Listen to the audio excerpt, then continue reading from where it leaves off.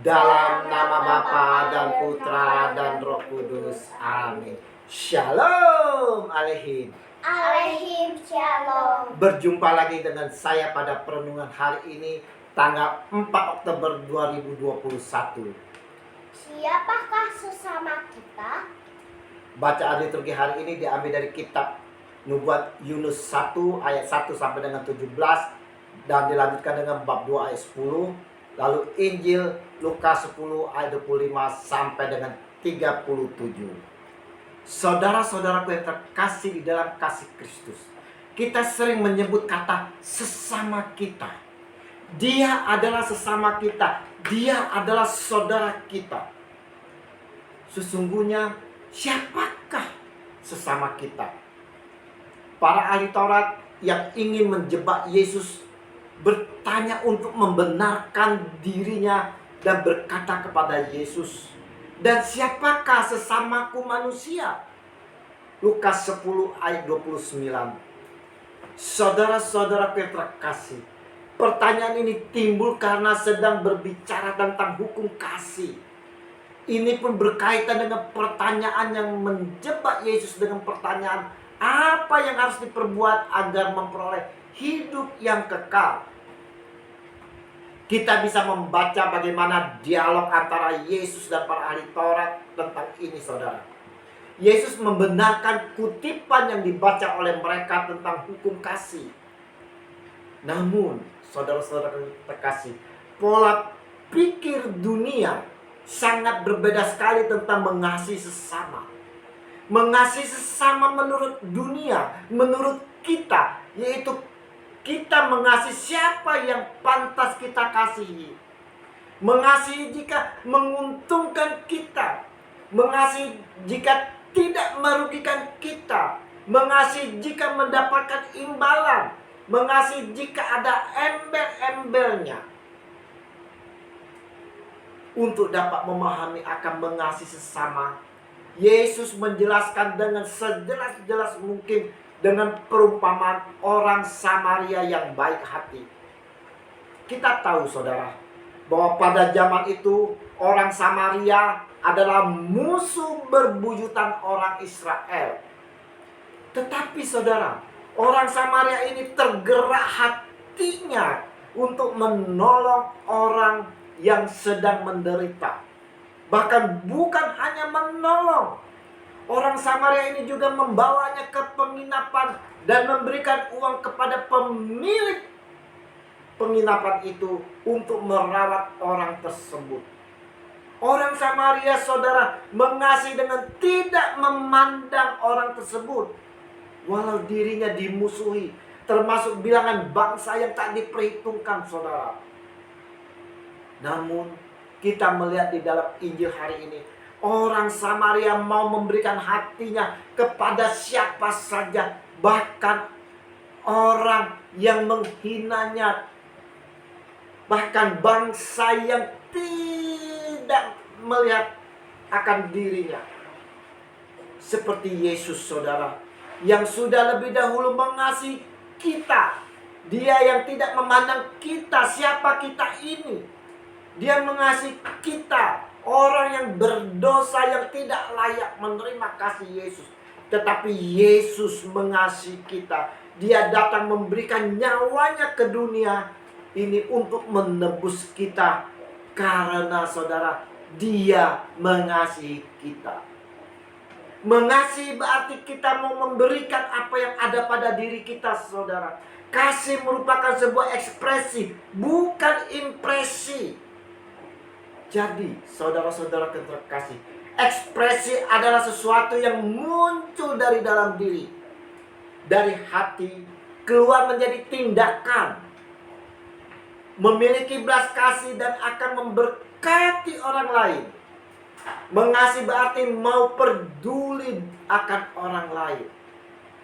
Sedangkan impresi, saudara-saudara, hanya sekedar tindakan, hanya supaya terlihat baik, dinilai orang baik, dipuji orang, sekedar kasihan, dan dilakukan untuk diri sendiri supaya orang lain melihat apa yang diperbuat. kisah mengasihi yang mau kasih, yang mau memperduli kepada orang lain, saudara, dapat kita lihat di dalam kehidupan Santo Fransiskus dari Assisi yang kita rayakan, kita pestakan hari ini. Salah satunya, saudara, tampak di dalam kehidupan Santo Fransiskus dari Assisi, di mana dalam kisah perjumpaannya dengan seorang pengemis. Dalam cerita, ia sedang bermain dengan teman-temannya. Lalu datanglah seorang pengemis dan meminta sedekah.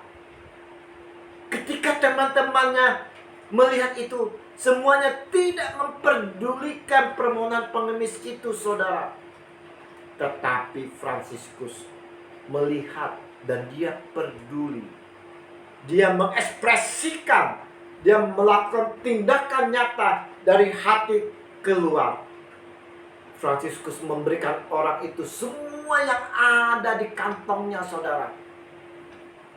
Teman-temannya melihat, dan teman-temannya dengan cepat memaki dan mengoloknya atas kebodohan Fransiskus tersebut. Dan ketika ia sampai di rumah, ayahnya pun memaki-makinya karena marah. Inilah, saudara, mengasihi dengan tindakan nyata, diekspresikan kepada orang lain, walau dia sendiri tak mengenal siapa pengemis itu. Renungan hari ini, saudara-saudara, kita semua, saya dan saudara, diajak untuk mengingat akan ajaran Sang Maha Guru kita, Yesus Kristus, yaitu tentang kasih. K-A-S-I-H, kasih. Kita mengasihi akan sesama bukan karena sama suku dengan kita, bukan sama agamanya dengan kita, golongannya. Tidak, saudara, tidak. Tapi kita mau mengasihi, mau peduli dengan semua orang yang ada di luar sana. Kita mau mengasihi dengan penuh ekspresi yang nyata, yang datangnya dari dalam hati dan keluar dengan suatu tindakan nyata. Mau mengasihi dengan memberi apa yang ada pada kita. Mari, saudara-saudara terkasih, kita mewujudkan ajaran kasih Yesus ini dengan senyata-nyatanya di dalam kehidupan kita. Kita mau meneladani orang-orang Samaria yang diceritakan di dalam kisah Injil hari ini, dan juga meneladani Santo Fransiskus dari Assisi yang kita rayakan, kita pestakan hari ini, yang mau mengasihi dan memberkati orang yang sangat membutuhkan uluran tangan kita. Mari, saudara-saudara terkasih, kita mau mengasihi dengan ekspresi dari dalam hati kita, kita keluarkan dengan nyata. Kita mau mengasihi sesama kita dengan tidak melihat suku, agama, ras, dan bangsa. Tetapi kita mau peduli atas semuanya. Kasihilah sesamamu seperti engkau mengasihi dirimu sendiri. Tuhan Yesus memberkati. Amin. Dalam nama Bapa dan Putra dan Roh Kudus. Amin. Selamat merayakan pesta wajib Santo Fransiskus dari Assisi. Semoga kita dapat meneladani dari kasihnya. Shalom Alehi.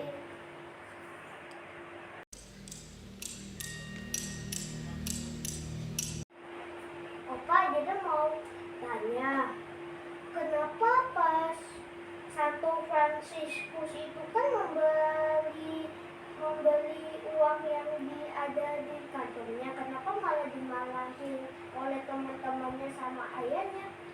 Ya, karena teman-temannya melihat itu perbuatan bodoh. Perbuatan bodoh, kenapa? Itu kan urusan orang miskin itu sendiri yang tidak mau bekerja. Tetapi Fransiskus Assisi mempunyai kasih, sedangkan teman-temannya itu tidak punya kasih. Fransiskus Assisi mempunyai kasih dari dalam dirinya, dan dia mau menebarkan kasihnya kepada orang lain, kepada orang miskin yang membutuhkan. Maka apa yang ada di kantongnya dia kasih kepada orang miskin itu.